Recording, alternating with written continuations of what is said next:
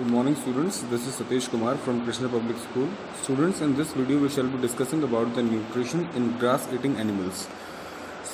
इस टाइप के एनिमल्स को हम रुमिनेंट्स कहते हैं, ठीक है, क्योंकि क्या करते हैं अपना जो खाना खाते हैं उसको मतलब दोबारा जो निगल चुके होते हैं उसको दोबारा लाके च्यू करके तब खाते हैं। इस टाइप से इनका डाइजेशन होता है और ये सब के सब हर्बीवोर होते हैं। हर्बीवोर होते हैं तो मतलब बेसिकली ये ग्रास या प्लांट्स वगैरह खाते हैं, ग्रीन प्लांट्स, तो जिनके उनके अंदर सेलुलोज क्या होता है बहुत रिच अमाउंट में होता है, ठीक है। तो उसे डाइजेस्ट करने के लिए बहुत ज़्यादा उसकी च्यूइंग होनी चाहिए, तो इसलिए इनके बड़े मस्कुलर टीथ्स होते हैं। And ruminants have a unique stomach divided into 4 compartments, ठीक है। इनका जो स्टमक होता है वो 4 कंपार्टमेंट्स में डिवाइडेड होता है, जिनका नाम होता है rumen, reticulum, omasum and abomasum, जो यहाँ पे मेंशन किया हुआ है हाईलाइट करके, ठीक है। So the half chewed grass is swallowed and first goes from mouth to rumen, the largest of the 4 compartment. तो जो रूमेन होता है एक तरह से स्टोरेज का काम करता है। तो जब स्टार्टिंग में जो ग्रास ईटिंग एनिमल्स जो होते हैं जब ये खाना खाते हैं तो ये सारा खाना जो होता है रूमेन में जाकर स्टोर हो जाता है। The half chewed grass is swallowed and it goes from mouth to rumen, okay, like this. And उसके बाद जो बैक्टीरिया और प्रोटोजोआ प्रेजेंट होते हैं रूमेन में वो क्या करते हैं, इसके अंदर जो सेलुलोज होता है जो खाते हैं उसको ब्रेक डाउन करने का काम करते हैं। And this half digested food then goes into the second muscular chamber that is reticulum, from where it is sent back to mouth as cud to be chewed again, and this action is known as ruminating, ठीक है। अभी जो half digested food होता है एक second compartment में जाता है जिसका नाम होता है रेटिकुलम, वहाँ से दोबारा से ये कहाँ आता है, माउथ में आ जाता है रीच्यूइंग के लिए, ठीक है। क्योंकि जैसा हमने इसमें पहले भी डिस्कस किया है कि इसमें सेलुलोज बहुत ज़्यादा अमाउंट में होता है, तो उसको डाइजेस्ट करने के लिए बहुत ज़्यादा उसकी पहले च्यूइंग होनी चाहिए, ठीक है। तो इसको खाने को 2 बार च्यूइंग करना क्या होता है, रूमिनेटिंग कहलाता है, ठीक है।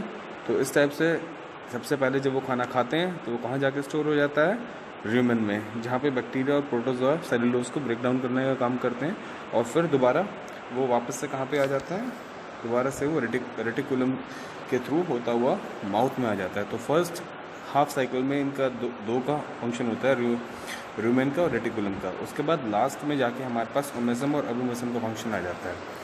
इसके बारे में हम बात करते हैं।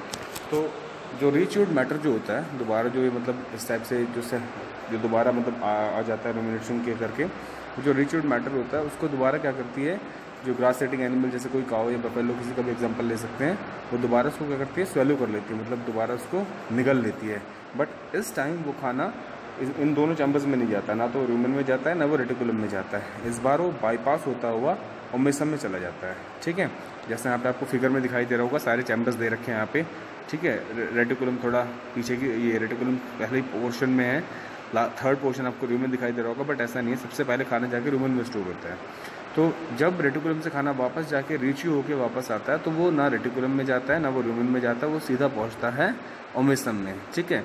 वहाँ पे क्या होता है, the food is broken down into still smaller pieces, और वहाँ पे वो फिर और छोटे पोर्शन में टूटता है। And excess of water is absorb, जितना भी वाटर होता है उसके अंदर वो वहीं पे एब्जॉर्ब हो जाता है, ठीक है। और लास्ट में जो 4th स्टेप होता है इनमें, 4th स्टेप जो होता है इनके डाइजेशन का, वो होता है एबोमेसम। जो एक्चुअली जो स्टमक जो होता है इनका वो एबोमेसम ही होता है, यहाँ पे लिखा भी है विच इज़ ट्रू स्टमक। तो क्योंकि जो एंजाइमेटिक एक्शन होता है और जो डाइजेशन होता है वहीं से सबसे ज़्यादा प्रोसीड होता है, ठीक है। तो जब ये खाना आपका वहाँ पहुँच जाएगा एबोमेसम में, तो वहाँ से जो एग्जैक्ट डाइजेशन प्रोसेस जो है वो स्टार्ट होना शुरू हो जाता है। एंजाइम्स जो होते हैं वो सारे एक्ट करना स्टार्ट कर देते हैं, ठीक है। और धीरे धीरे वो स्मॉलर पार्ट्स में टूटना शुरू हो जाता है। बाकी आगे का तो आपको प्रोसेस पता ही है, उसमें से फिर न्यूट्रिएंट्स वगैरह जो भी वाइटल न्यूट्रिएंट्स होते हैं वो एब्जॉर्ब होना स्टार्ट हो जाते हैं।